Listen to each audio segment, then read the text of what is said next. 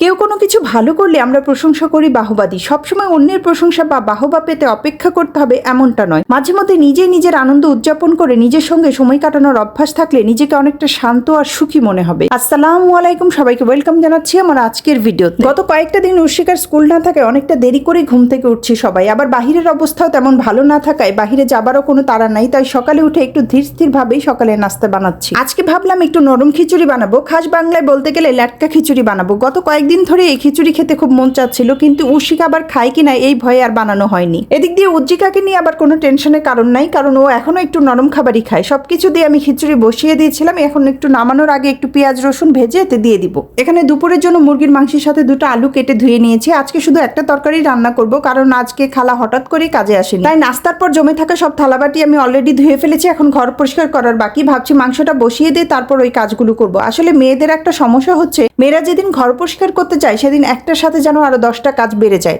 কারণ চোখের সামনে যাই পড়ে তাই মনে হয় পরিষ্কার করতে হবে। অনেকদিন আবার ফ্লোরগুলো ডিপ ক্লিন করা হয় না, ভাবছি আজকে কিছুটা করব, বাকিটা অন্যদিন করব।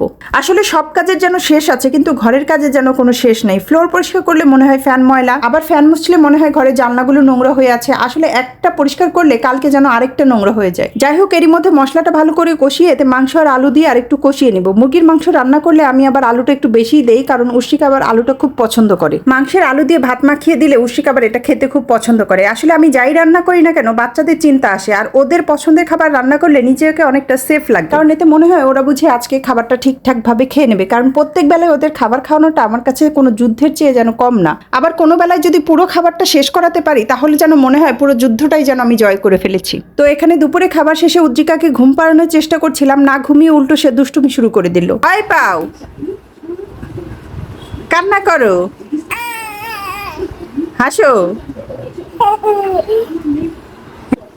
আদর করো, আদর করো, আদর করো, রাঘব, রাঘব, রাঘব। বিকেলে উর্শিকা স্যান্ডউইচ খাওয়ার বায়না ধরায় নিচে গিয়ে পাউরুটি কিনে নিয়ে আসলাম। বড় পাউরুটিগুলো পাইনি, এরকম ছোট ছোট পাউরুটি পেয়েছি তাই নিয়ে আসলাম। তো উর্শিকার আবার কথা, এ আবার কেমন স্যান্ডউইচ? স্যান্ডউইচ এত ছোট আবার হয় নাকি? তো আমার তাকে অনেক কষ্টে বোঝাতে হলো এটা হচ্ছে মিনি স্যান্ডউইচ। আসলে ওর ধারণা একটা জিনিস যেমন সবসময় একই রকম হতে হবে, তা না হলে হবে না। যাই হোক, তাকে অনেক কষ্ট করে বোঝাতে হচ্ছে এগুলো হচ্ছে বড় স্যান্ডউইচের বাচ্চা। বাসায় চিকেন ছিল না, তাই রান্না করা মাংসের কয়েক টুকরো ছিঁড়ে দিয়ে সাথে একটা ডিম ভেজে আর একটু মেয়োনিজ আর টমেটো সস দিয়ে ঝটপট স্যান্ডউইচের পুরটা বানিয়ে নিলাম। এখন উর্শিকা যদি খেয়ে নেয় তাতেই আমার শান্তি, কারণ তার যদি টেস্টটা ভালো না লাগে তাহলে আমার পুরো কষ্টটাই বিফলে যাবে। এতক্ষণ আমার সাথে থেকে ভিডিওটি দেখার জন্য সবাইকে ধন্যবাদ। কথা হবে নতুন কোনো ভিডিওতে, সে পর্যন্ত ভালো থাকবেন সবাই। আল্লাহ হাফেজ।